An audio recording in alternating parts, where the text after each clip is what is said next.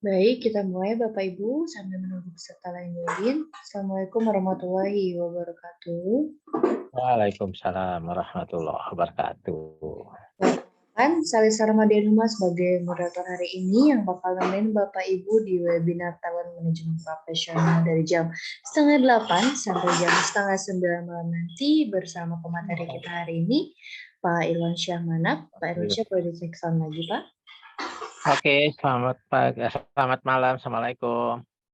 Mana suaranya? Saya off-kan Pak mic-nya, mau di-on-kan saja? Oh, di off-kan aja. Boleh di open dulu juga boleh. On dulu maksudnya. Oke. Ya. Tapi suara saya bagus? Bagus, clear, Pak. Oke. Silahkan. Silakan Bapak Ibu, selamat malam. Selamat malam. Selamat Selamat malam. malam. Selamat malam. Assalamualaikum warahmatullahi wabarakatuh. Waalaikumsalam warahmatullahi wabarakatuh. Waalaikumsalam. Waalaikumsalam. Oke, baik.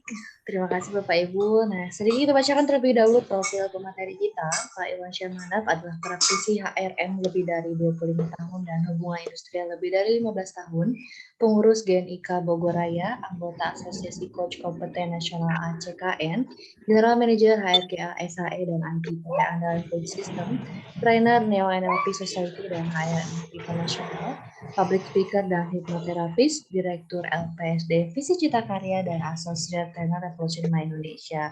Luar biasa materi kita hari ini ya Bapak Ibu. Langsung aja sebelum mulai mari kita baca doa terlebih dahulu menurut definisi masing-masing. Berdoa dimulai.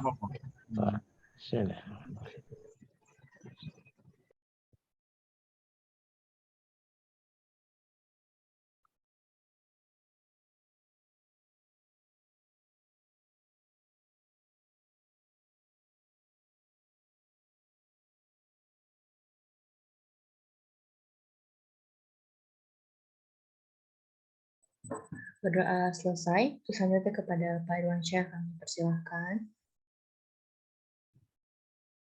Oke, terima kasih Mbak Alisa. Bismillahirrahmanirrahim. Assalamualaikum warahmatullahi wabarakatuh. Semuanya. Waalaikumsalam warahmatullahi wabarakatuh. Waalaikumsalam Warahmatullahi wabarakatuh.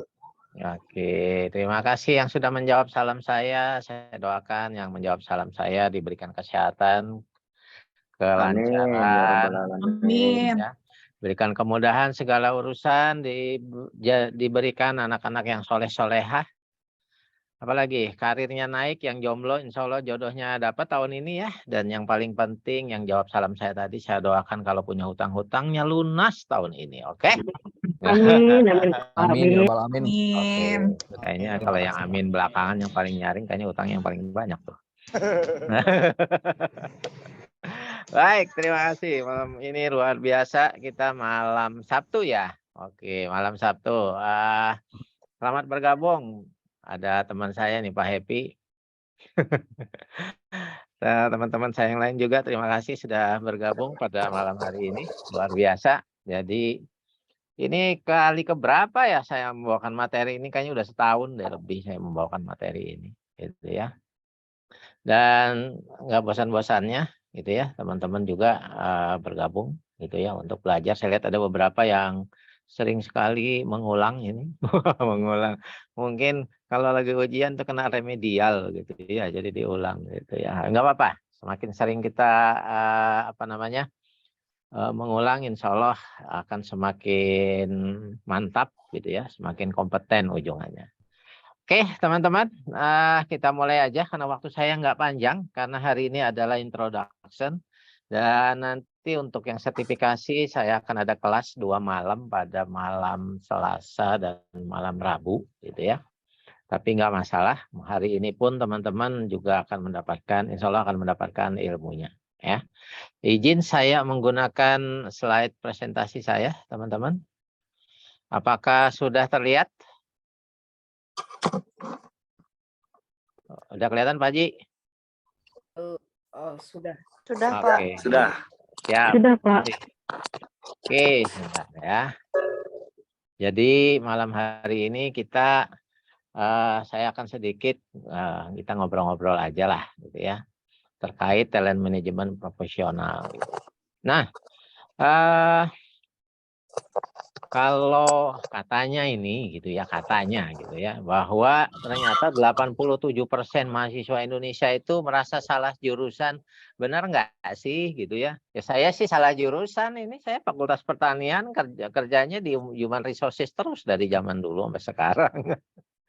Ya, dan memang betul teman-teman, ini dari penelitian tahun 2014 saja Baramai Royani gitu ya, founder Talent Mapping itu juga mengatakan bahwa 87% mahasiswa Indonesia katanya salah jurusan nih.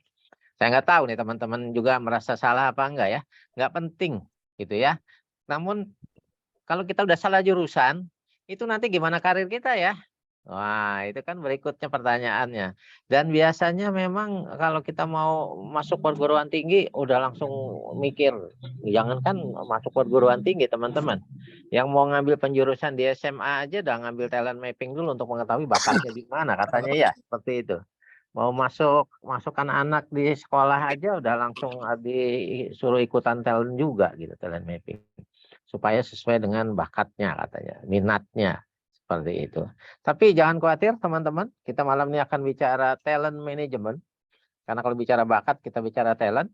Ya. Jadi bersama saya Irwan Samanap, 1 jam ke depan kita akan diskusi terkait dengan bagaimana talent itu di perusahaan dan apa manfaatnya bagi individu. Ya, dan bagaimana nanti kaitannya dengan succession planning ya dan seterusnya. Oke. Baik, teman-teman, tadi saya sudah diperkenalkan. Nama saya Irwansyah saja, tapi saya menggunakan Manap ini karena memang nama orang tua ya, jadi kita harus menghargai orang tua saya. Jadi namanya Irwansyah Manap. Jadi kalau teman-teman nyari di Google, kalau Irwansyah nanti ketemunya bukan saya soalnya. Itu suaminya Saskia Sungkar gitu. Nah, tapi kalau Irwansyah Manap teman-teman boleh silakan cek ya. Nah, katanya Pak Aris bunyi ini ya. Jadi kalau kita tolong di mute yang masih hidup.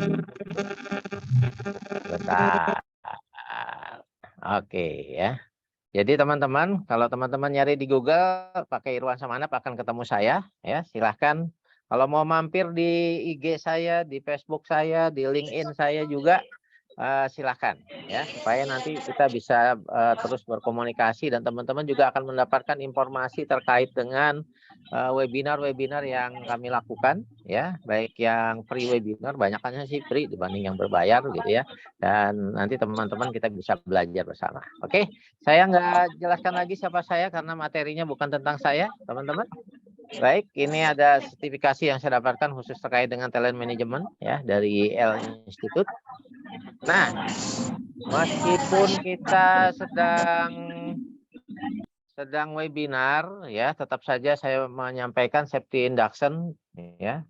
Hati-hati ya buat teman-teman yang menggunakan device komputer, laptop, handphone ya, pastikan tidak ada kabel yang terkelupas dan segala macam yang bisa mengakibatkan teman-teman kesetrum.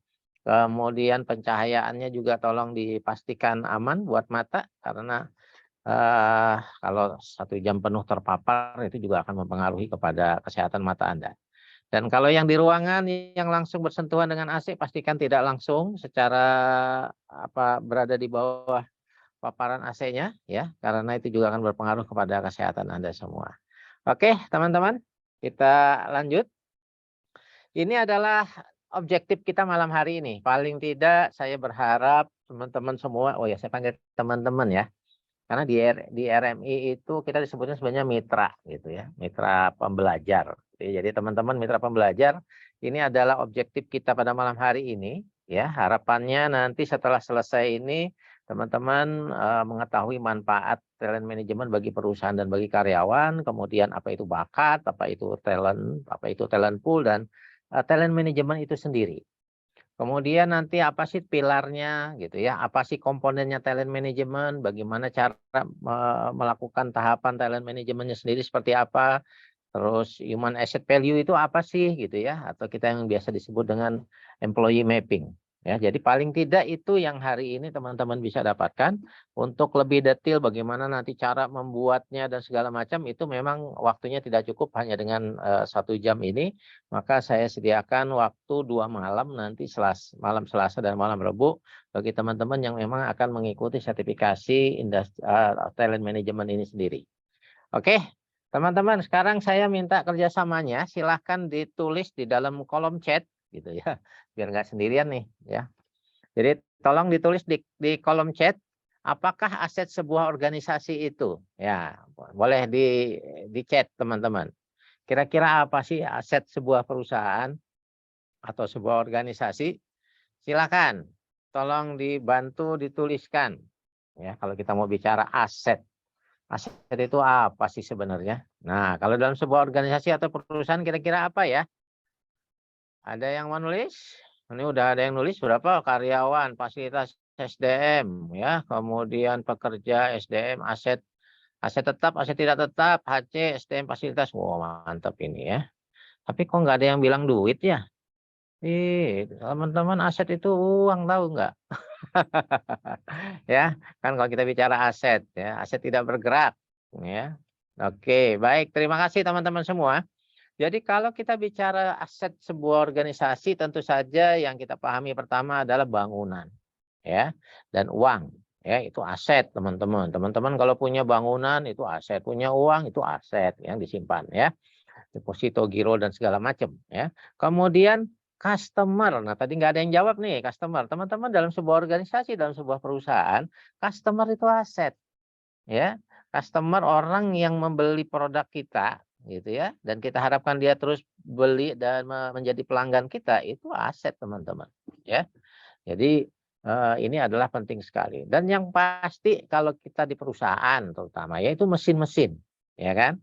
Dan seperti yang kebanyakan tadi teman-teman jawab semua itu adalah karyawan atau SDM, ya. Jadi itu adalah aset sebuah organisasi.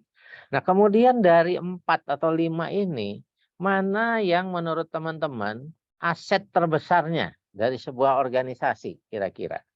Aset terbesarnya apa menurut teman-teman? Ya, coba. Wah, ya tadi bilang 5M ya. Oke. Jadi yang terbesarnya apa? Ini teman-teman udah benar-benar menjawab manusia dong katanya, men, ya. Oke, betul teman-teman ya. Jadi kalau kita mau bicara aset terbesar itu teman-teman semua ini rata-rata menjawab M ya, mana men gitu. Oke, ya. Jadi betul teman-teman, kalau kita mau bicara bahwa aset terbesar sebuah organisasi itu adalah sumber daya manusia. Tapi kita lebih tepat menyebutnya adalah bukan hanya sekedar sumber daya manusia, tapi adalah sebuah tim terbaik. Jadi kalau sumber daya manusia mereka hanya bekerja sendiri-sendiri, itu mungkin kurang efektif. Tapi kalau mereka menjadi sebuah tim yang terbaik, yang memiliki komitmen ya terhadap pekerjaannya, dan kemudian juga memiliki kompetensi yang tinggi ya dalam menjalankan tugas dan tanggung jawabnya. Ya, ini kan yang akan menjadi aset terbesar, teman-teman. Ya, kenapa bisa begitu? Ya, nah, teman-teman kenal pasti logo-logo yang ada di samping. Ya, ini kan nama merek ini. Ya, ini adalah perusahaan dunia semua. Ya, teman-teman. Jadi kalau teman-teman pastikan ya. Siapa sih yang nggak pengen kerja di Google misalnya? Orang-orang IT itu pengen banget kerja di Google gitu ya. Kerja di Facebook, ya, di Unilever kalau kita bilang ya. Itu ada Starbucks juga, ada Samsung, ada Apple yang digigit gitu ya. Ya, Mastercard dan seterusnya. Ya. Ini adalah perusahaan besar. Tapi teman-teman tahu nggak bahwa perusahaan besar itu ternyata kalau manajernya itu milih tim, mereka tidak hanya sekedar memperhatikan kompetensi. Kompetensi itu adalah knowledge, skill, dan attitude. Ya, jadi tidak hanya memilih karena dasar kompetensi semata, tapi kunci utama mereka adalah mencari orang yang berpotensi atau berbakat. Ya, ini yang disampaikan oleh Marcus Buckingham, teman-teman. Ya, nah jadi kalau kita atau perusahaan teman-teman semua ingin menjadi sebuah perusahaan skala dunia seperti yang ada di sebelah kiri ini, ya. Yuk, gitu ya. Kita mulai memperhatikan bakat yang ada, ya. Nah, oleh karena itu kita bicara talent management malam hari ini, teman-teman, ya. Oke, ya. Jadi ya ini kan para talent ya. Kalau main sepak bola mah mereka talentnya nih luar biasa, talented gitu. Oke, siapa sih yang nggak kenal ini? Wah, yang mungkin yang nggak suka bola mah nggak akan tahu ini ya. Tapi siapa? Baik, teman-teman. Berikutnya, ya. Kalau kita bicara dampak kegagalan dalam mengelola sebuah organisasi, ini ada Okuda Hiroshi. Beliau adalah former chairman dari Toyota Motor Corporation, gitu ya. Beliau mengatakan jika perusahaan gagal mengelola itu karena 4 hal, 4, teman-teman, ya. Jadi kalau kita organisasi atau perusahaan, ya, gagal dalam mengelola cost, ya, quality, ya, production dan people, pasti akan ada dampaknya, ya, gitu loh. Jadi perusahaan pasti akan ada kehilangan. Nah, sekarang saya tanya nih, kalau perusahaan gagal mengelola cost, kira-kira perusahaan akan kehilangan apa menurut teman-teman? Boleh ditulis di kolom chat. Kalau perusahaan atau organisasi gagal dalam mengelola cost-nya, ya. Profit kata Pak Jimmy, terima kasih, ya. Ada lagi? Pelanggan. Oh, bisa jadi gitu ya. Ya, cost ya kita bicara. Apa teman-teman kalau kita gagal dalam mengelola cost? Kata Pak Roy Darsana aset gitu ya. Berarti kita akan kehilangan aset. Oh iya. Oh, asetnya terjual gitu ya karena harus apa namanya? Apa namanya? Ya harus sampai dijual dulu gitu ya supaya bisa dapat. Oke, termasuk. Terima kasih. Kemudian oh ya, tapi sebenarnya jawabannya adalah ini teman-teman, ya, daya saing, ya. Jadi kalau menurut Okuda Hiroshi, maaf, ya, kalau sebuah perusahaan gagal dalam mengelola cost, ya, dalam memproduksi satu barang harganya mahal, tentu dijualnya tentu dengan harga yang mahal juga kan. Nah, ini tentu akan menurunkan daya saing produk teman-teman, ya. Jadi seperti itu. Jadi makanya kenapa dalam satu perusahaan pasti salah satu KPI-nya adalah cost, ya kan? Supaya apa? Supaya bisa di-manage, ya, agar cost-nya itu tidak terlalu mahal. Supaya apa? Nanti harga jualnya jadi bisa bersaing gitu loh. Percuma produk bagus kalau harganya mahal gitu ya. Artinya dibandingkan pesaing lainnya itu tuh pasti akan lebih susah, ya. Kemudian kalau perusahaan gagal dalam mengelola kualitas, ya, quality, kira-kira perusahaan apa dampaknya bagi perusahaan teman-teman? Silakan, ya. Apa dampak? Ayo kenapa? Ya, apa teman-teman kira-kira? Kehilangan pelanggan, customer loss. Oke, luar biasa ya. Kehilangan customer, betul ya. Ya, kehilangan nama. Wah, ya siap, betul ya, teman-teman ya. Nah, apa yang teman-teman sampaikan tadi di dalam kolom chat betul semua ya. Kalau kita bicara quality kita tidak jaga, itu sebenarnya kita kehilangan kredibilitas. Orang nggak percaya lagi. Ya, nama kita jadi jelek, gitu kan? Pelanggan hilang, betul seperti yang tadi dikatakan. Tapi yang paling utamanya adalah kredibilitas kita, teman-teman. Ya, nah ini yang harus kita jaga gitu ya. Jadi kualitas itu penting, teman-teman ya. Itu sebabnya tagline-nya Warung Padang apa coba? Ada yang tahu? Ya. Kalau suka kasih tahu teman, kalau komplain kasih tahu kami gitu ya. Itu tuh kredibilitas yang dipertahankan ya. Kemudian kalau production, teman-teman. Kalau perusahaan, satu organisasi gagal dalam mengelola produksinya, kira-kira apa dampaknya? Gitu ya. Perusahaan akan kehilangan apa nih kalau produksi? Ya, ada yang mau nambahin jawaban? Ya, kalau produksi kita salah kelola, nah, kira-kira apa ya? Oke, mungkin biar cepat saya jawab aja ya. Jadi kalau kata Okuda Hiroshi, apabila sebuah perusahaan gagal mengelola produksinya, itu maka perusahaan akan kehilangan kesempatan penjualan. Benar nggak sih? Lah iyalah, gitu ya. Ada permintaan, kita nggak bisa memenuhi permintaan yang datang. Ya, berarti kita kehilangan kesempatan untuk menjual. Nah, kemudian yang terakhir, teman-teman. Menurut Okuda Hiroshi, apabila sebuah perusahaan gagal dalam mengelola orang, kira-kira perusahaan akan kehilangan apa? Nah, ini nih menarik nih. Silakan teman-teman, boleh ya. Kalau mau ada yang raise hand juga boleh, gitu ya. Mau menjawab kira-kira kalau perusahaan atau organisasi gagal dalam mengelola orang, gitu ya. Kira-kira akan kehilangan apa? Waduh, ada labor turnover tinggi. Oke, terima kasih Pak Teguh ya. Kehancuran. Wah, terima kasih nih Pak buat Bu Dian ya. Ini Bu Dian apa Pak Dian ya? Mohon maaf kalau salah ya. Kepercayaan customer kata Mbak Rike ya. Ada lagi teman-teman? Ya. Cost quality dan production. Terima kasih Pak Jimmy ya. Jadi jawaban Pak Jimmy betul. Kalau perusahaan gagal mengelola orang, maka perusahaan akan kehilangan segalanya. Ya, teman-teman. Pertama, pasti orangnya dalam hal memanage cost salah. Kualitasnya pasti jelek, ya kan? Ya, berproduksi juga bisa nggak tercapai. Artinya kita akan kehilangan segalanya, teman-teman. Itu sebabnya makanya kenapa talent management itu penting. Ya, mengelola orang ya itu penting. Itu sebabnya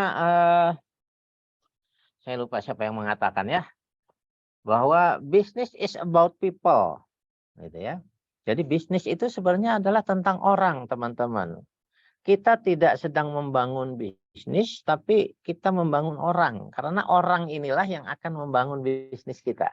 Ya, jadi hati-hati kalau kita mau bicara mengelola orang. Oke, teman-teman. Kalau begitu, kira-kira apa manfaat talent management? Nah, saya stop dulu aja deh. Ya, saya mau coba tanya deh.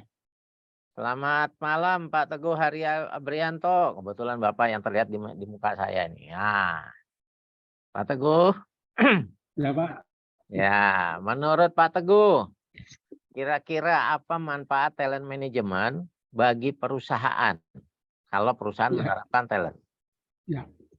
Perusahaan bisa memperoleh karyawan yang sesuai dengan kebutuhan perusahaan.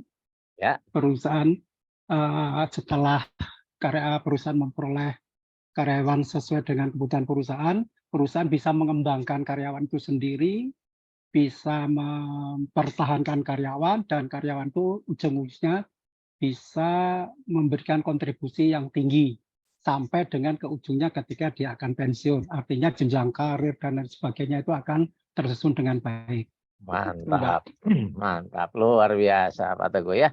Kayaknya Bapak pasti udah pernah ikut materi saya ini sebelumnya ini. Ya. Bagus, bagus Pak Teguh. Boleh tahu Pak Teguh sehari-hari sebagai apa Pak? Saya sekarang MPP Pak. Oh MPP, oh boleh Pak. Nanti sama-sama sama kita Pak ya. Saya juga udah MPP Pak, tapi ditarik lagi Pak suruh kerja. Ya.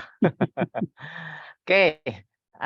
Mungkin saya sapa yang lainnya sambil saya nyapa ini. Halo, ini ada Bu Ati Katrina. Selamat malam Bu Ati. Selamat malam. Oke, Bu Ati di mana posisinya? Saya di Jogja, Pak. Wow, luar biasa Jogja. Kapan aku akan kembali ke Jogja ya? Boleh, Oke, boleh. siap. Nah, menurut Bu Ati sehari-hari sebagai apa, Bu? Saya dosen, Pak, di Victoria Hotel School. Waduh, luar biasa. Ini ada Bu dosen belajar sama anak bawang ini kalau gitu. Menurut Bu Ati, apa manfaat talent management bagi perusahaan atau organisasi gitu? Nggak boleh idem jawabnya ya. Oh, nggak boleh idem ya? Biasanya sih udah kebiasaan sih, Pak. Kan sebelumnya saya ikut di perusahaan juga. Cuman ini masih cari opportunity, Pak. Oh, siap. Talent management. Tentu saja perusahaan juga akan mendapatkan SDM yang dibutuhkan sesuai kualifikasi yang dibutuhkan oleh perusahaan. Tentunya begitu ya, Pak ya. Karena kalau SDM itu tidak bisa memenuhi kebutuhan dari perusahaan, ketika nanti masuk biasanya akan terjadi cross atau masalah karena biasanya dia tidak akan bisa menjawab apa yang menjadi kebutuhan dari perusahaan. Oke. Pengalaman saya begitu sih Pak Ir. Siap, Mohon terima dievaluasi ya kasih. Pak. Baik, ini nah ini nih kalau Bu Ati udah nyebut saya nama Pak Ir berarti Bu Ati udah tahu saya ini ya. Baik teman-teman, panggilan kecil saya memang Pak Ir ya. Jadi kalau nanti nyebutnya Pak Ir saja gitu ya. Nah, kenapa Pak Ir ada sejarahnya ini teman saya Pak Happy tahu ini ya. Jadi nama saya kan Irwansyah. Ya, saya itu sarjana pertanian Institut Pertanian Bogor. Yang lulusnya itu insinyur. Jadi dulu kalau nggak jadi lulus, saya tinggal potong namanya aja menjadi Irwansyah gitu ya. Kebetulan juga berkarir lama sekali di Industrial Relation. Ya, disingkat IR juga kan. Ya, makanya dipanggilnya Pak Ir. Oke, terima kasih Bu Ati. Luar biasa ya, Pak Teguh juga. Biar nggak berpanjang-panjang, kita lihat jawabannya ya. Baik, tadi apa yang disampaikan oleh Pak Teguh dan Bu Ati itu betul sekali ya. Jadi kalau kita mau bicara apa manfaat telemanajemen bagi perusahaan dan karyawan ya, kalau dari sisi keuntungan bagi perusahaan itu paling tidak ada 6 ini. Yang pertama itu rekrutmennya itu pasti lebih bagus. Proses rekrutmen. Ya seperti tadi kata Bu Ati, perusahaan akan mendapatkan kandidat terbaik gitu ya, calon SDM yang terbaik. Dan untuk mendapatkan itu butuh proses. Nah, biasanya proses di talent management kalau sudah berkomitmen, itu prosesnya akan lebih baik dari yang proses-proses biasa, teman-teman. Nanti akan bisa lebih paham kalau kita bicara lebih lama lagi ya. Kemudian pertumbuhan karyawan di perusahaan. Karena karyawan itu ditumbuhkan, kan aset. Ya, aset itu harus dikembangkan. Beda kalau misalnya cuma dianggap sebagai sumber daya, kan sumber daya manusia. Pertanyaannya, sumber daya manusia itu kapan? Namanya sumber daya pasti ada habisnya, betul ya, Bapak Ibu, teman-teman? Ya kan? Sumber daya alam habis gitu kan dan segala macam. Sumber daya manusia habisnya kapan kira-kira? Wah, ya. Kalau sumber daya manusia habisnya adalah kalau dia udah memasuki usia pensiun, benar nggak? Sama perusahaan nggak dipakai gitu loh. Nah, tapi berbeda kalau dia perusahaan sudah berkomitmen untuk menerapkan talent management, itu sebenarnya nggak memandang dia usia pensiun. Selama karyawan masih produktif bisa ditumbuh kembangkan, ya, itu dia akan terus dipergunakan. Itu sebabnya sekarang dosen kan usianya bukan 55 ya, Bu Akti. Gitu terus gitu ya, apalagi profesor, oh masih penting gitu kan, seperti itu. Di ASN juga begitu ya, untuk level eselon 1 2 itu pensiunnya bukan 55 teman-teman, ya kan? Jadi seperti itu. Karena masih dibutuhkan, masih bisa ditumbuhkan. Ya, jadi itu. Kenapa ditumbuhkan? Ya nanti proses training and development akan berperan di sana. Kemudian menghemat biaya penggantian karyawan. Kenapa? Karena memang karyawan ditumbuh kembangkan, dia nyaman, ya. Nanti apalagi bicaranya karena talent management ini erat kaitannya dengan kompensasi benefit, ya, dia dibayar baik, lebih baik dari yang ada di luar bahkan mungkin, gitu ya. Dijaga betul, ya otomatis akan menghemat biaya penggantian karyawan. Kenapa? Karena kaitannya dengan tujuan nomor 2. Turnover karyawan akan rendah. Ya, jadi KPI-nya human capital itu adalah salah satunya menurunkan turnover. Ya, jadi itu indikator yang utama. Kemudian membangun kepercayaan pada perusahaan.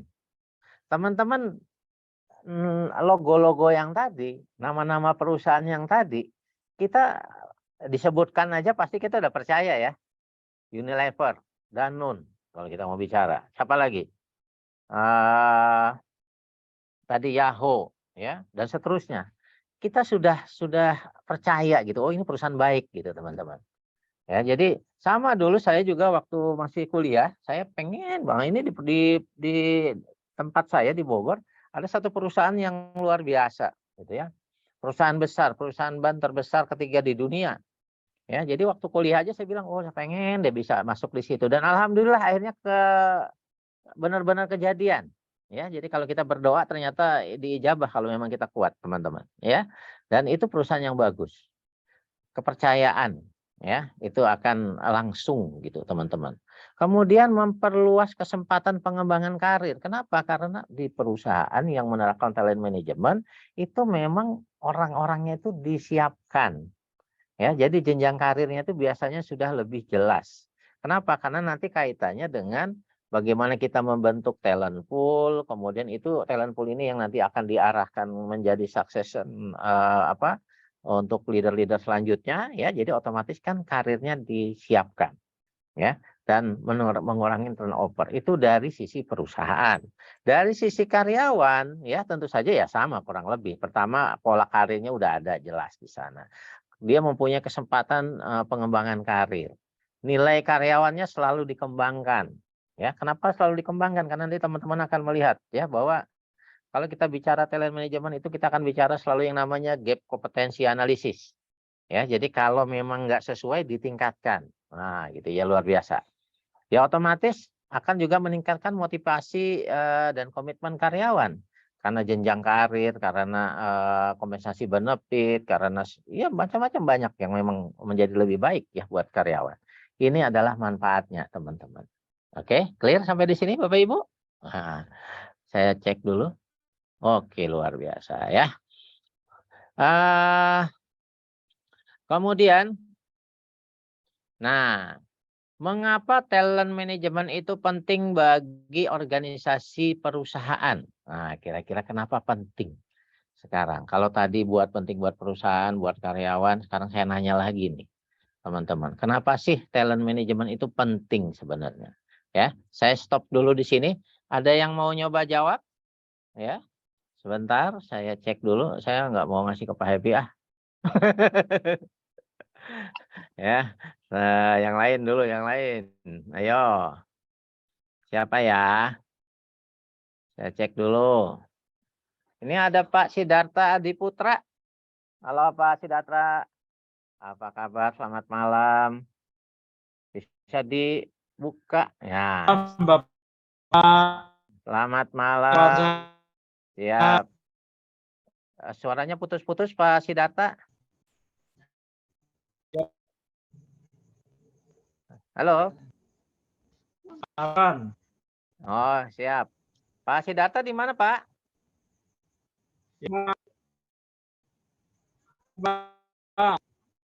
Oh, kalau di saya suaranya putus-putus di tempat teman-teman.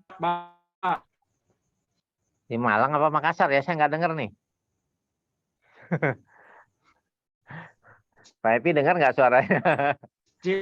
Putus juga Pak, putus-putus. Oke. Terputus-putus Pak Sidarta, mohon maaf Pak. Nggak apa-apa kalau gitu, yang penting Bapak bisa mendengarkan saya ya.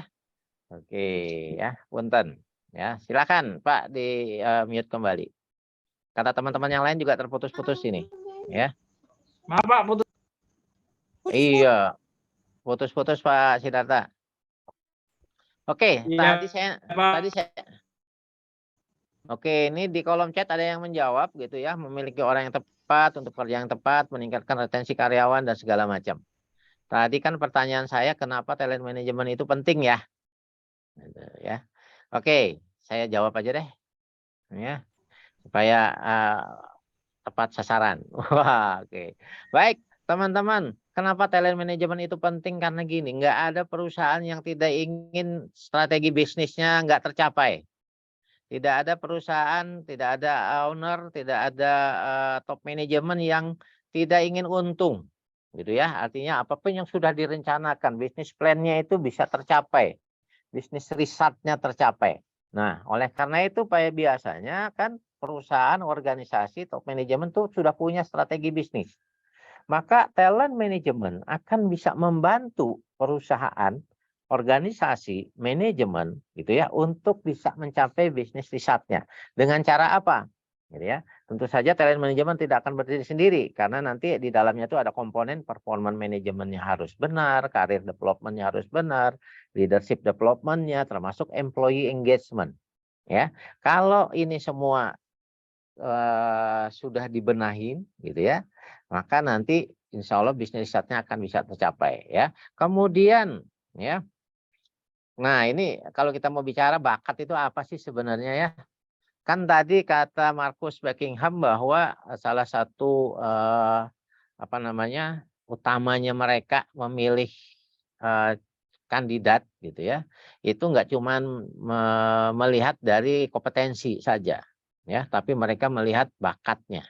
Tapi bakat itu sendiri apa sih, teman-teman? Keahlian yang dimiliki seseorang, salah satu faktor pendukung kesuksesan. Oke, ada lagi? Ya, apa sih bakat itu? Gitu. Ya. Oke. Ya, terima kasih buat yang sudah jawab ya. Bakat itu banyak sekali definisinya, teman-teman. Ya, jadi yang pasti itu adalah sebuah suatu kapasitas yang ada di dalam diri masing-masing diri kita. Dan itu biasanya adalah bawaan katanya ya, kemampuan bawaan yang sudah diberikan Sang Maha Kuasa gitu ya, para pencipta kita. Tetapi bakat ini bisa diasah ya, bisa dikembangkan ya. Dan itu kalau diasah maka nanti itu akan bisa produktif ya. Itu makanya banyak sekali kan ajang pencarian bakat, karena itu adalah salah satu cara untuk memunculkan bakat, teman-teman ya. Nah, kemudian kalau teman-teman tadi melihat gitu ya, di awal kan tadi saya katakan ada namanya Aba Rahmaroyani. Beliau adalah founder Talent Mapping ya. Kalau teman-teman ada kesempatan gitu ya, silakan masuk ke website beliau www.temubakat.com. Nanti teman-teman bisa mengisi ya, dengan mengisi pertanyaan dan segala macam, nanti teman-teman akan bisa mendapatkan bakatnya, bakat dan minatnya gitu ya, kekuatan dan kelemahan. Nanti bulat-bulat kayak gini teman-teman, warna-warni ya, yang warnanya tua, merah, abu-abu gitu ya, itu ada kuning, itu termasuk yang kekuatan. Tapi kalau yang putih itu apa namanya, dia merupakan kelemahan ya. Nah, kalau ini dilakukan dalam proses rekrutmen, tentu kita akan bisa menemukan bakatnya. Sehingga nanti kalau diterapkan pada karyawan yang sesuai dengan bakatnya untuk mengerjakan sesuatu yang memang sesuai tadi di pekerjaannya masing-masing, tentu akan lebih mudah kan. Orang nyaman ya, orang sesuai bakatnya kok gitu ya. Nggak ada orang yang sesuai bakatnya tidak menyenangi kerjaannya ya. Saya iri sama para pelawak, dia cuma bercanda doang kerjaannya tapi duitnya banyak. Wah, ya misalnya seperti itu kan. Orang yang punya keahlian menyanyi karena memang dia suka menyanyi gitu. Bakat, teman-teman ya. Ada orang yang memang suka menulis, wah makanya dia jago gitu jadi wartawan dan segala macam ya. Dan seterusnya dan seterusnya. Orang yang suka berhitung memang kuat di finance, di audit dan segala macam. Itu bisa kita ketahui kalau kita melakukan talent mapping yang tadi ya, temubakat.com ya. Nah, kemudian bagaimana sih caranya kita menemukan orang yang berbakat, teman-teman ya. Sekarang kita masuk ke kerjaannya HR ya. Jadi kalau di dunia HR bagaimana sih kita menemukan talent people itu dengan melihat dua hal ya. Yang pertama ada ya, jadi kita melihatnya dengan dua sisi seperti ini ya. Yang pertama adalah performance atau kinerja, dan yang kedua adalah potensi ya, atau potensial. Menurut teman-teman mana yang harus didahulukan, performance kah atau potensi kah? Ada yang mau bantu ya, mana yang mau didahulukan ya, potensi atau performance? Oke, terima kasih Pak Mas Sondang, Pak Dian, Pak Ulung, semuanya ini semua menjawab potensi, luar biasa ya. Jadi betul teman-teman, kita harus melihat potensinya. Jadi potensinya yang lebih tinggi ya, meskipun mungkin kinerjanya belum ya. Kalau kita mau melakukan rekrutmen kan belum tahu kinerjanya karena dia belum bekerja, tapi potensi bisa kelihatan. Karena nanti orang-orang yang punya talent inilah yang akan menjadi future leader. Gitu. Ya. Nah, ini yang disebut dengan high potential. Ya. Nah, kemudian teman-teman, pertanyaan selanjutnya, mengapa kita mendahulukan melihat potensi dibanding performa? Kan tadi teman-teman menjawab yang lebih didahulukan adalah potensi. Sesuai dengan grafik tadi, memang potensi yang harus kita lihat. Tapi pertanyaannya, kenapa kita harus melihat potensi dibanding performa? Ada yang mau jawab? Oke ya. Karena potensi itu modal ya. Oke, terima kasih Pak Marsondang. Ada lagi teman-teman? Ya, kenapa kita harus mendahulukan melihat potensi? Ya, saya stop dulu deh. Nah, biar saya suka bolak-balik begini teman-teman. Ya, Kira-kira nih, menurut Pak Rohman William, selamat malam Pak Rohman. Nah, dibuka tuh Pak di Oke, ya selamat gitu. malam Selamat malam Pak Rohman, di mana posisi? di Jambi, Pak. Wah, luar biasa Jambi ya. Iya. Sedang hujan kah? Cerah kah? Cerah, Pak, cerah. Alhamdulillah ya. Saya kebetulan sedang ada di Jakarta lagi hujan. Ya. Kira-kira menurut Pak Rohman gimana? Kenapa kita harus mendahulukan potensi, Pak? Ini di kolom chat ada bilang karena potensi itu aset. Wah ya. Iya. Itu. Kalau menurut Pak Rohman sendiri apa nih? Ya, Saya- potensi itu lebih dulu ada di dalam diri sebagai kata Pak Bambang. Nah, menurut Bapak? Saya sepakat, Pak. Karena potensi gini. Kalau potensi seseorang itu meningkat, ini biasanya akan mempengaruhi kinerja dari seseorang itu, Pak. Ya, kalau boleh dikatakan bahwa dikaitkan dengan variabel, potensi itu variabel independen dan performan itu adalah variabel dependen, Pak. Oke, Itu keren. dulu yang kita dulu kan, Pak. Potensi dulu. Ini kalau ini sudah bagus, maka performanya juga akan meningkat, Pak. Kira-kira begitu, Pak. Makasih, Pak. Oke. Baik, terima kasih Pak Rohman. Ini luar biasa jawabannya. Ya, boleh tahu sehari-hari sebagai apa, Pak? Saya, Pak, sebagai dosen, Pak. Wah, luar biasa. Ini malam hari ini kita punya kedatangan dosen banyak ini. Baik, terima kasih Pak Rohman. Saya Ya, kasih jawabannya karena jawaban Bapak betul. Kalau saya punya hadiah saya kasih ya, teman. Hadiahnya Bapak makan malam sama istri aja di rumah ya. Oke. Oke ya. Nah, teman-teman, apa yang disampaikan oleh Pak Rohman tadi betul. Oleh karena itu saya kasih jawabannya. Ini adalah jawaban berdasarkan hasil riset, hasil survei ya yang dilakukan di Amerika, Eropa dan Asia ya. Dan bukan kaleng-kaleng. Wah, gitu ya. Yang pertama adalah begini, teman-teman. Ya, ini dari hasil riset yang dilakukan oleh High Potential Management Survey, Corporate Leadership Council, teman-teman, bahwa ternyata orang yang high performer itu tidak selalu high potensial. Ya, jadi sekali lagi nih saya ulang. High performer ya itu tidak selalu high potensial, tetapi ya high potensial kebanyakannya high performer. Ya, jadi betul jawaban Pak Rohman. Kenapa kita harus mendahulukan potensinya, gitu ya? Karena itu tadi itu modal utamanya seperti tadi yang disebutkan di dalam kolom chat tadi ya. Nah, ini dari hasil penelitian teman-teman bisa dilihat ya bahwa hasil survei ini 93% high potensial adalah high performer dibandingkan yang di sebelahnya hanya 71. Ya, jadi kalau kita bicara high performer ya itu beda ya, tapi kalau high potensial ya, jadi seperti itu. Jadi jangan ragu lagi teman-teman. Kalau ingin perusahaannya bagus dan segala macam, pilihlah dulu orang yang punya potensi. Sepakat? Ya. Nah, pertanyaan lagi, saya sering suka nanya ini ya. Apa sih yang diharapkan perusahaan kepada karyawan dalam bekerja, teman-teman? Wah, udah tahu lah ini ya. Kira-kira apa sih yang diharapkan perusahaan dalam bekerja? Ya, karyawan yang berpotensi bisa menjalankan job desk katanya tadi Bu Atik gitu ya.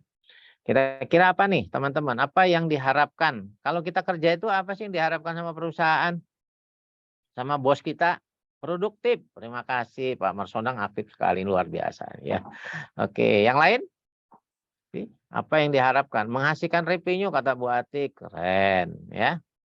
Nah, sepakat dengan yang disampaikan teman-teman ya.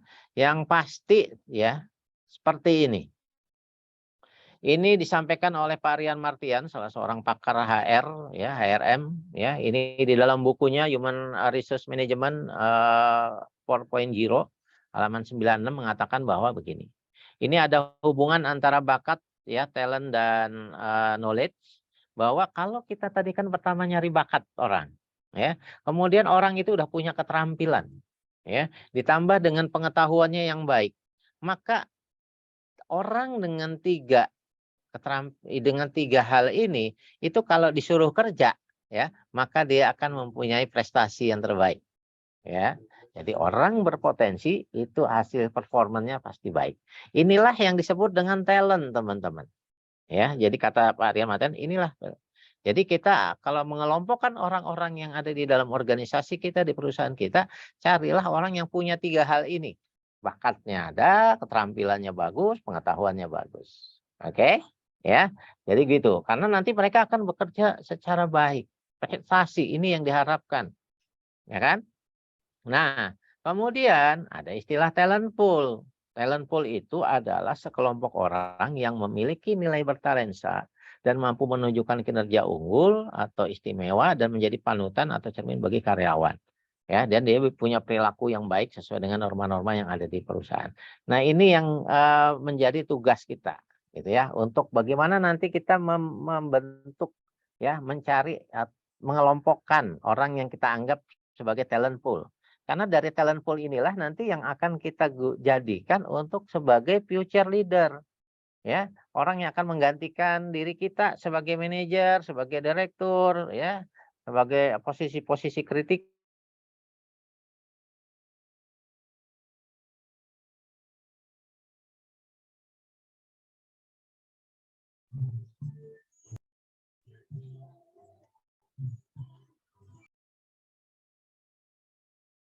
Halo Pak Irwansyah.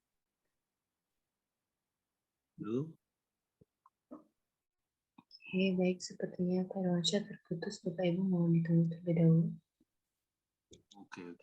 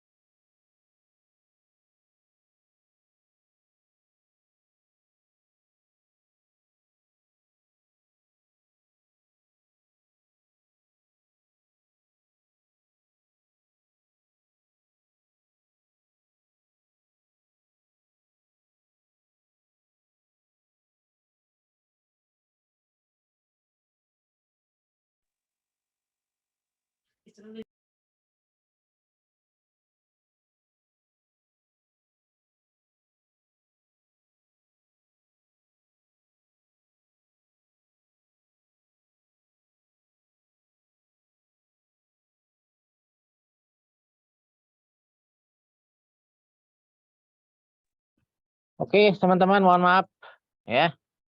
Mohon maaf ini tiba-tiba internetnya mati. Ya. Sekarang udah aman? Suara saya terdengar? Kasih jempol? Mendengar Pak. Oke, siap, terima kasih. Ya. Bagus. Tadi sampai mana putusnya? Jangan-jangan saya ngomong sendirian tadi.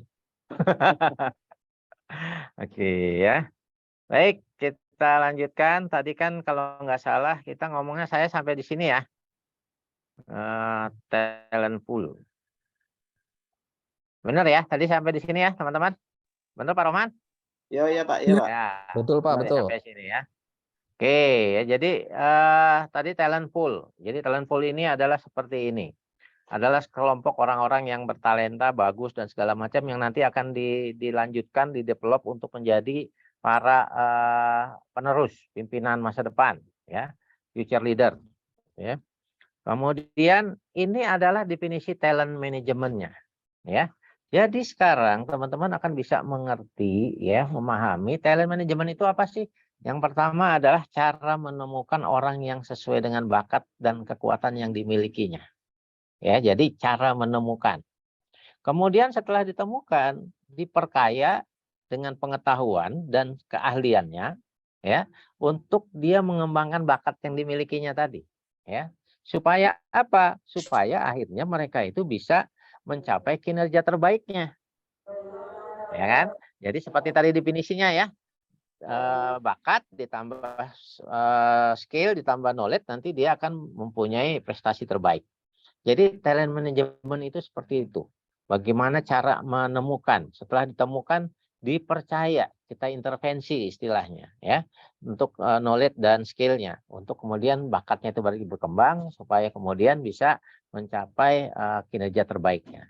Ini adalah talent management menurut definisi Pak Rian Martian. Jadi saya suka pakai bukunya ini ya, untuk ini lebih mudah menjelaskan. Ya. Nah, teman-teman, kemudian kalau kita bicara pilarnya ya, jadi bicara talent management itu pilarnya hanya ada 4. Yang pertama adalah attract. Bagaimana caranya? Kan tadi cara menarik, cara menemukan. Jadi bagaimana cara menarik orang di luar sana untuk mau masuk ke organisasi kita.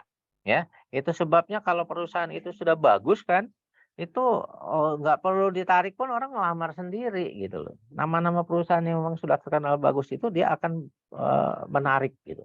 Nah, tetapi tentu saja ada cara-cara ya untuk kita sebagai HR, khususnya bagian rekrutmen, bagaimana caranya menarik orang ya untuk mau bergabung di perusahaan kita ya. Kemudian setelah attract, itu pilar yang kedua adalah develop. Ya, kita develop. Jadi kita develop mereka itu untuk bisa tadi diintervensi skillnya dan knowledge-nya ya. Ketiga tentu saja setelah kita develop, kita manage ya, kita tempatkan di tempat kerjanya sesuai dengan bidangnya masing-masing ya, kita kelola. Nanti berikutnya orang-orang ini harus dijaga, di-retain, apalagi untuk orang-orang yang masuk dalam talent pool ya. Inilah 4 pilarnya teman-teman yang akan dipelajari kalau teman-teman ingin belajar lebih jauh tentang talent management, bagaimana meng-attract, develop, manage, retain ya. Nah, ini 4. Kemudian ada komponennya ya. Jadi kalau tadi pilarnya, ini komponennya yang nggak bisa dilepaskan dalam proses talent management. Yang pertama adalah perencanaan, workforce planning ya. Jadi kalau perencanaan ini bukan cuma sekedar manpower planning ya, tapi teman-teman nanti akan juga harus mempertimbangkan bagaimana karyawan itu dilihat sesuai dengan kebutuhannya di masa depan. Perusahaan ini kan akan bergerak terus. Oleh karena itu perlu dilihat workforce planning-nya itu termasuk melihat kompetensi yang dibutuhkan di masa depan. Ya. Kemudian tentu saja komponennya proses merekrut. Ya. Kemudian setelah direkrut di onboard. Ya. Dijaga ya, dikenalkan dengan organisasi dan segala macam, tapi bentuknya di sini lebih dari sekedar orientasi, tapi di sini adalah on board teman-teman ya. Nah, setelah itu ada performance management ya kan. Biasa sebuah organisasi pasti semua akan menilai orang mana baik, mana kontribusi yang segala macam dengan kita melakukan performance management. Kemudian training dan performance support. Ya, jadi disinilah perannya learning and development, teman-teman, divisi training. Ya, kemudian kita akan bicara succession planning karena itu tadi bahwa perusahaan ini memang harus berkembang. Talent pool itu adalah untuk mencari dan mempersiapkan orang-orang yang akan memimpin perusahaan di masa depan, termasuk bagaimana cara memilih untuk orang yang akan menduduki posisi tertentu. Ya, itu termasuk juga succession planning di dalamnya. Ya, dan jangan lupa kompensasi dan benefit. Ya, karena ini berkaitan dengan pilar yang keempat, yaitu retain. Bagaimana menjaga orang yang terbaik yang dimiliki untuk tetap bisa bertahan di perusahaan itu dengan kita melakukan strategi kompensasi dan benefitnya yang baik.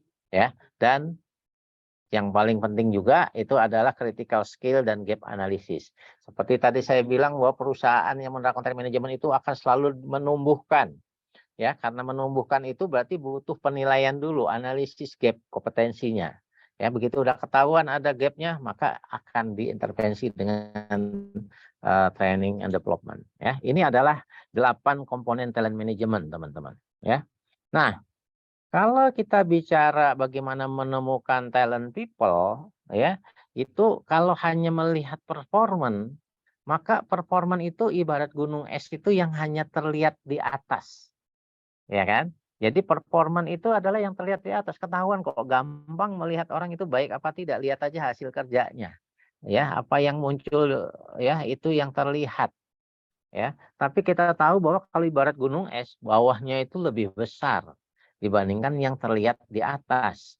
Maka begitu juga dengan orang, teman-teman. Ya, bagian bawah gunung es itu ibaratnya kalau kita bicara talent itu adalah terkait dengan bagaimana cara berpikirnya, bagaimana kepercayaannya, nilai-nilainya dan segala macam itu kan ada di bagian bawah, sulit kita menilainya, ya. Jadi social value, social role-nya, image, trait, motif dan segala macam itu ada di bagian bawah, ya. Kalau kita bicara pikiran, alam sadar, bawah sadar itu 20% yang di atas. Hard skill itu yang di atas, soft skill itu yang di bawah, ya. Nah, katanya kalau kita bicara manajemen, leadership itu keberhasilan orang ditentukan 80% dari yang di bawahnya, ya. Jadi oleh karena itu sulit menentukan. Oleh karena itu perlu tambahan, ya, perlu tambahan alat, tool, measurement. Ya, bagaimana cara mengukur kepercayaan diri, bagaimana cara mengukur motivasi kerja, bagaimana cara mengukur emosi seseorang, ya, cara kerjanya, cara dia memimpin dan segala macam itu kan sulit gitu loh. Oleh karena itu butuh alat tes. Nah, itu sebabnya tadi salah satu manfaat talent management bagi perusahaan adalah proses rekrutmennya biasanya lebih baik karena ditambahkan dengan ini tadi ya ada alat pengukuran yang menggunakan mungkin psikologi tes dan segala macam. Kita bisa gunakan alat-alat tes ini untuk mengetahui ini. Ya, jadi misalnya kalau mau ada karyawan yang dipromosi dan segala macam, kita juga perlu gitu loh, ya, melakukan penilaian ini untuk bisa nanti kita mendevelop yang bersangkutan, ya. Nah, tahapan talent management itu teman-teman paling tidak ada 3. Yang pertama adalah kita melakukan identifikasi critical posisi. Ya, jadi kita mengidentifikasi posisi-posisi kritikal. Ya, kemudian yang kedua, ada 4 ya. Yang kedua adalah mengidentifikasi potensial talent, ya kan? Kan jadi yang di bawah tadi kita identifikasi nih talent-talentnya meskipun kita sudah beranggapan dari awal itu proses rekrutmen mereka adalah talent. Talent itu seluruh karyawan. Tapi yang potensial yang mana? Ya, nanti itu kita lakukan. Kalau sudah ketemu maka yang dilakukan berikutnya adalah mengintervensi. Jadi conduct talent development. Ya, dan yang terakhir adalah retain dan optimize talent pool. Jadi talent management itu pertama adalah kita melakukan identifikasi critical posisi, kemudian orangnya masuk di dalam talent pool, kemudian nanti kita develop dan kita retain, ya. Itu saja teman-teman, ya. Nah, yuk kita latihan sedikit. Ini mah latihan tapi nggak perlu ini ya. Contoh, ini ada industri restoran. Ada posisi pekerjaannya ada 3, ada resepsionis, ada waiter, sama chef. Menurut teman-teman, mana yang posisi kritikal di industri restoran? Nah, ada yang mau jawab? Oh, chef, kata Pak Munarwan ya. Pak Kemas juga chef, Pak Atik juga, Pak Roy juga ya. Oh, yakin nih? Wah, oh Pak Rian ada reception, nggak apa-apa deh ya. Ya, Bu Indah juga. Oke, semua. Wah, iya. Oke, baik. Kalau semua bukan kritikal namanya gitu ya. Itu kritis. Oke, terima kasih teman-teman ya. Reception Gebang ya. Tapi teman-teman ya, kalau kita bicara kritikal yang sederhana seperti ini, seperti yang tadi mayoritas teman-teman jawab, itu sebenarnya adalah chef. Karena chef ini adalah posisi yang akan menentukan. Kan bisnisnya restoran, orang kembali karena makanan, ya kan? Oh, di sana makanannya enak gitu ya, penyajiannya bagus dan segala macam. Itu chef teman-teman. Dan chef itu biasanya nyarinya susah. Chef itu dibayarnya mahal dibandingkan yang lain. Ya, jadi itu adalah beberapa faktor ya yang kita bisa menentukan apakah dia posisi kritikal apa tidak. Ya, secara sederhana gitu ya. Nah, kita lanjut nih contoh yang kedua. Ya. Kalau di orang yang kerja di Microsoft atau Google, mana yang merupakan posisi kritikal? Salesman, customer service atau programmer? Ya. Kira-kira. Wah, udah pada jawab programmer ya. Oke, baik, terima kasih. Ya. Jadi betul, teman-teman, ya. Kalau kita bicara di industri ini, programmer adalah posisi kritikalnya. Programmer dibayar lebih mahal. Programmer lah yang menciptakan produk-produk Microsoft dan Google yang bisa kemudian menghasilkan revenue-nya dari sana. Ya, nah ini secara sederhana. Tapi sebenarnya ada paling tidak ada 6 faktor lagi yang bisa kita jadikan sarana atau alat yang untuk bisa dijadikan untuk kita mengidentifikasi teman-teman. Ya, jadi namanya adalah identifikasi critical position analysis factor. Ya, ada 7 sorry. Ya, gitu ya. Yang pertama adalah apakah posisi itu single incumbent. Oh, nggak ada orang lain, cuma dia doang yang bisa. Wah, gitu ya, dia sendirian, teman-teman. Itu termasuk salah satu faktor. Kemudian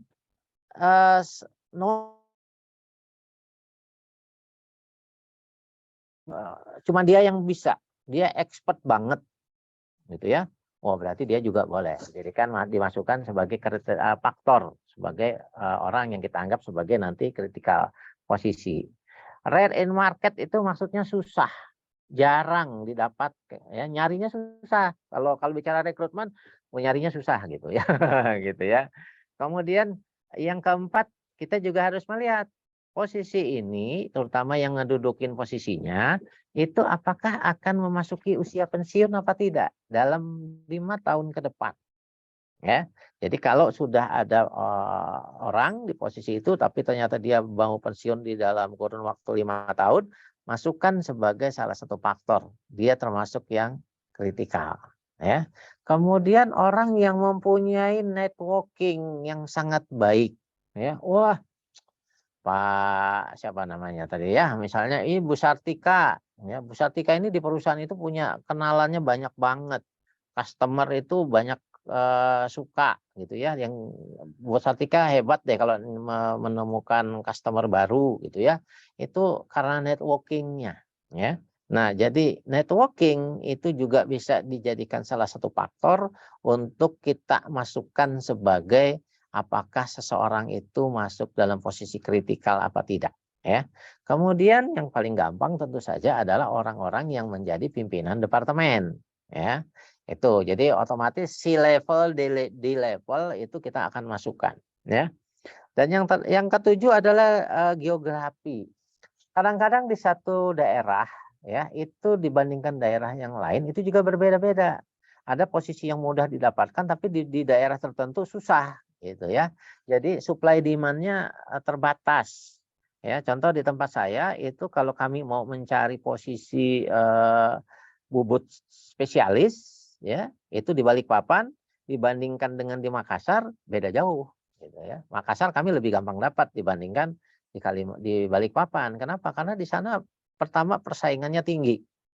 Ya, perusahaan tambang itu banyak sekali di sana sehingga kebutuhannya juga tinggi gitu. Ya. Jadi itu juga akan menentukan teman-teman ya. Nah, ada caranya ya kalau kita mau bicara bagaimana mengidentifikasi critical posisi ini. Saya stop dulu, saya kasih contoh sebentar. Sebelum saya kasih contoh, saya mau lihat jam saya dulu. Ini udah 8:30, tapi nggak apa-apa ya.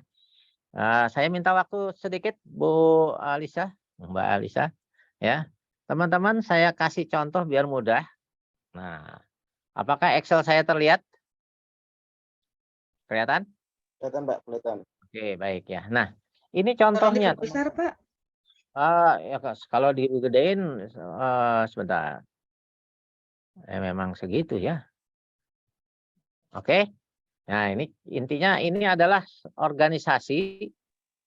Kita punya struktur organisasi, teman-teman pasti punya kan di semua organisasi perusahaannya ya, ada strukturnya. Kemudian kita pilih mana yang kritikal. Tadi yang paling gampang kan adalah departemen head, berarti yang di atas masukkan semua.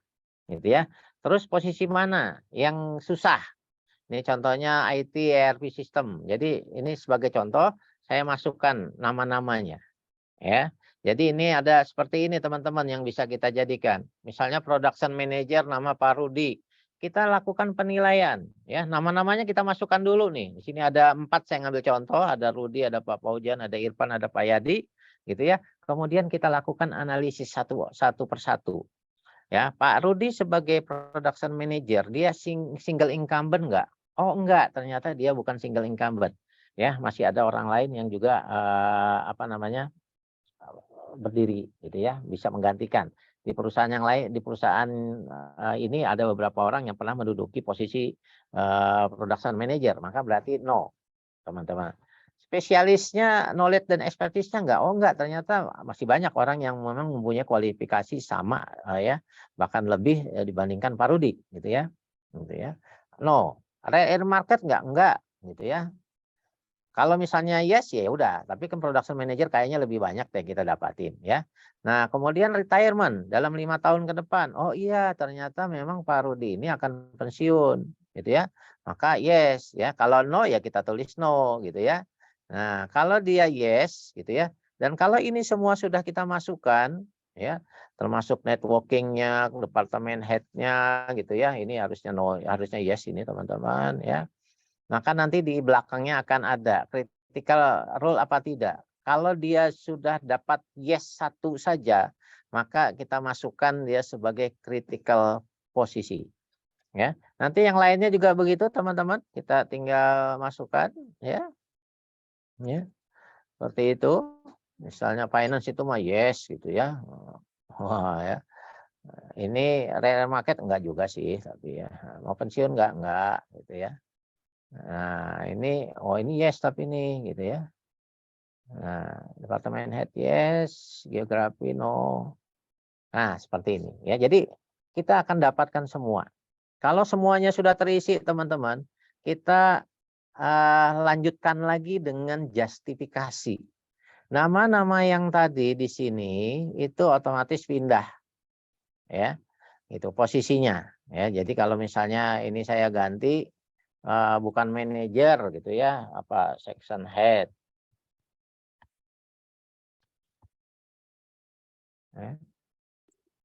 Kayaknya sih juga berubah, harusnya berubah ini teman-teman ya. Sorry, belum berubah. Ya. Udah berubah belum? Ya. Ini harusnya berubah ya. Jadi intinya ini diisi. Kemudian yang yes-nya yang tadi, gitu ya, yang yes-nya tadi itu kita lihat lagi. Kalau ternyata tadi kan dia akan pensiun, ya. Kalau ternyata kita sudah punya calon penggantinya karena di dalam struktur organisasi sudah ada asisten production manager, berarti maka dia tidak menjadi kritikal, dia menjadi non kritikal, gitu ya. Begitu terusnya teman-teman ya. Jadi dilihat apakah memang benar-benar apakah tidak, gitu ya. Seperti itu. Jadi nanti baru kita akan melakukan intervensi khusus untuk yang kritikalnya saja dulu. Jadi kalau ternyata memang belum ada calonnya, ya mau nggak mau kita berarti kita siapkan. Ya. Nah, ini adalah cara kita menentukan ya kritikal atau tidak. Ya. Oke. Oh sorry, tadi ada yang bertanya, kenapa NC mendadak asistennya resign? Wah, kalau mendadak asistennya resign jadi ini, jadi apa namanya? Jadi kritikal. Ya, artinya kan nggak ada calon, ya. Oke, sebentar Mbak Lisa, ini udah saya diingatkan waktunya udah habis. Oh, sebentar ya. Oke, teman-teman. Tinggal ada mungkin minta waktu 5 menit. Ini human asset value. Human asset value itu adalah untuk kita melakukan employee mapping, ya kan? Seperti ini. Kebanyakan kita sudah menggunakan yang 3x3, ya. Nah, kalau sudah kita bisa petakan seperti ini, maka teman-teman kita akan bisa menyusun yang disebut dengan talent pool, ya. Talent pool itu, ya, kalau kita sudah punya seperti ini, maka kita akan memilih dari posisi ini. Pertama adalah orang-orang yang masuk di dalam kotak 6, 8, 9. Teman-teman jangan apa namanya, jangan salah ya, bahwa di luaran sana banyak bentuk human asset value seperti ini atau name box grid ya. Ya, ada beberapa bentuk ya, termasuk penulisan dan penamaannya berbeda, tapi silakan saja. Nggak masalah, yang penting kita tetap konsisten menggunakan ya. Jadi kalau seperti ini itu adalah 689. Ya. Kalau 689 ini belum cukup, maka kita biasanya menambahkan dengan yang di 5 sehingga 5689 ya. Ini adalah untuk talent pool ya. Oke. Saya matikan dulu ya, kita lanjutkan. Nah, nanti kalau kita sudah mengetahui dan mengisikan seluruh mapping karyawan pada posisi tadi gitu ya, maka nanti kita akan bisa menentukan bagaimana cara meretainnya. Apa yang akan kita lakukan untuk orang-orang sesuai dengan box-nya tadi, teman-teman. Ya, ini contoh sederhananya seperti ini. Ya. Jadi kalau yang di 9 tuh otomatis nih ya, strong kandidat untuk promosi, ya kan? Yang di 8 juga nih kandidat untuk promosi juga. Gitu. Jadi urutannya seperti itu. Ya, nanti teman-teman akan bisa menggunakan ini untuk kita melakukan proses development khususnya yang akan masuk di talent pool 5689 ya.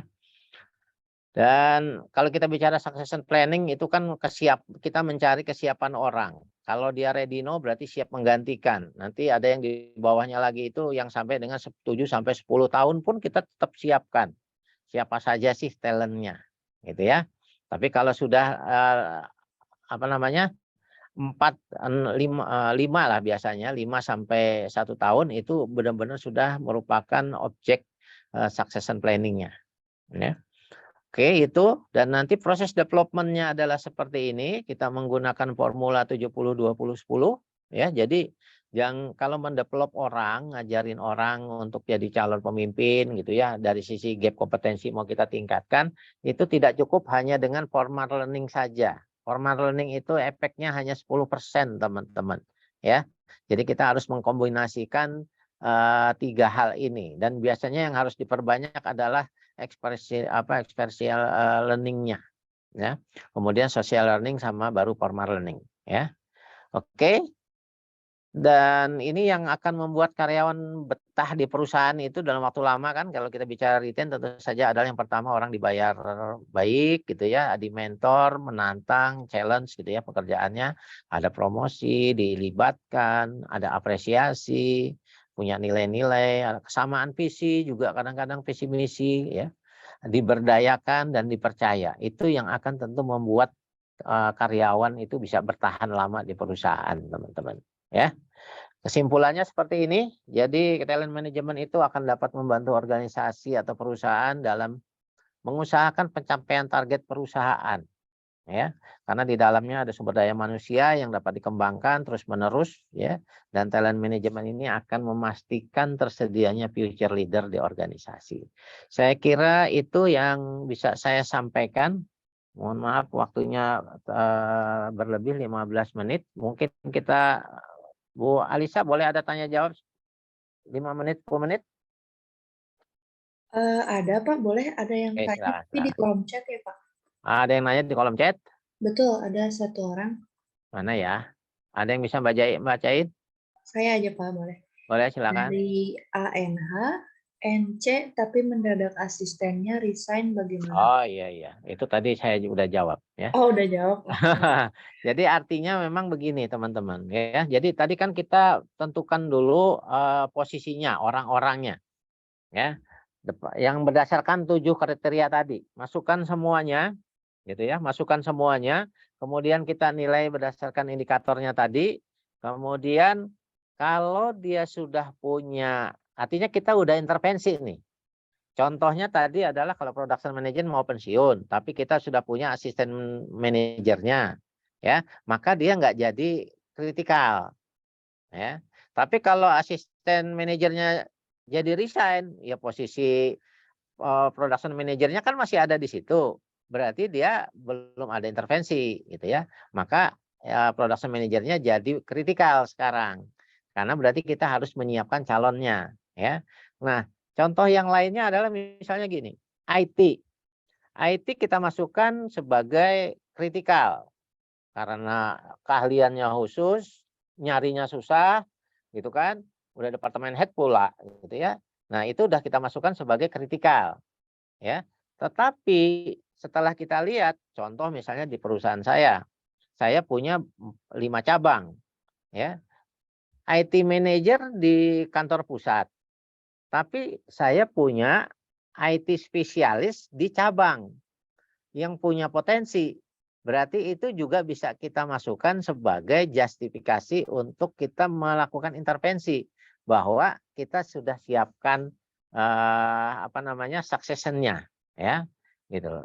Sehingga IT manager tadi tidak menjadi kritikal.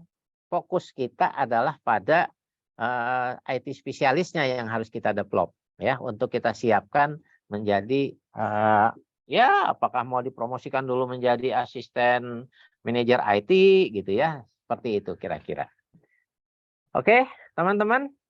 Saya kira itu ada pertanyaan. Mau secara langsung boleh? Silakan. Bisa melakukan raise hand ya Bapak Ibu. Bagi yang Silakan yang mau bertanya, raise hand boleh. Terima kasih, ini malam hari ini luar biasa, ada 85 orang yang bergabung. Ya, saya lihat yang dari Kalimantan juga banyak, Batam. Waduh, luar biasa, Medan. Oke, terima kasih buat teman-teman. Cukup? Pak Epi ada pertanyaan, Pak Epi? Ya. Bu Yana, Pak Rohman, aman? Oke, Mbak Atik. Tadi saya lihat Mbak Atik juga aktif sekali ini menjawab pertanyaan saya. Wah, ya. Terima kasih. Baik, teman-teman, kalau nggak ada pertanyaan lagi, saya kira itu yang bisa saya sampaikan. Ya, bagi teman-teman yang memang ingin mempelajari lebih jauh lagi, itu nanti Mbak Alisa akan menyampaikan pengumumannya. Sekali lagi itu saja dari saya. Terima kasih sudah mau mendengarkan saya malam hari ini. Mudah-mudahan apa yang saya sampaikan bermanfaat buat teman-teman semua. Ya, dan mohon maaf kalau ada salah-salah dan tadi juga sempat putus dulu karena koneksi gitu ya. Mudah-mudahan kita bisa ketemu lagi di kesempatan yang lainnya. Itu saja dari saya. Terima kasih. Direktur Taufiq Hidayah. Assalamualaikum warahmatullahi wabarakatuh. Saya kembalikan ke Mbak Alisa. Baik, Bapak Ibu, sebelum diakhiri kita masuk sesi foto terlebih dahulu. Bagi yang berkenan untuk on kamera dipersilakan. Oh iya, boleh foto dulu dong, kenang-kenang. Tadi ada yang foto saya nggak ya? Hitung 1 sampai 3. 1, 2, 3. Hitung sebentar. Oke, yang kedua ya, karena ada banyak slide. 1, 2, 3. Dihitung sebentar.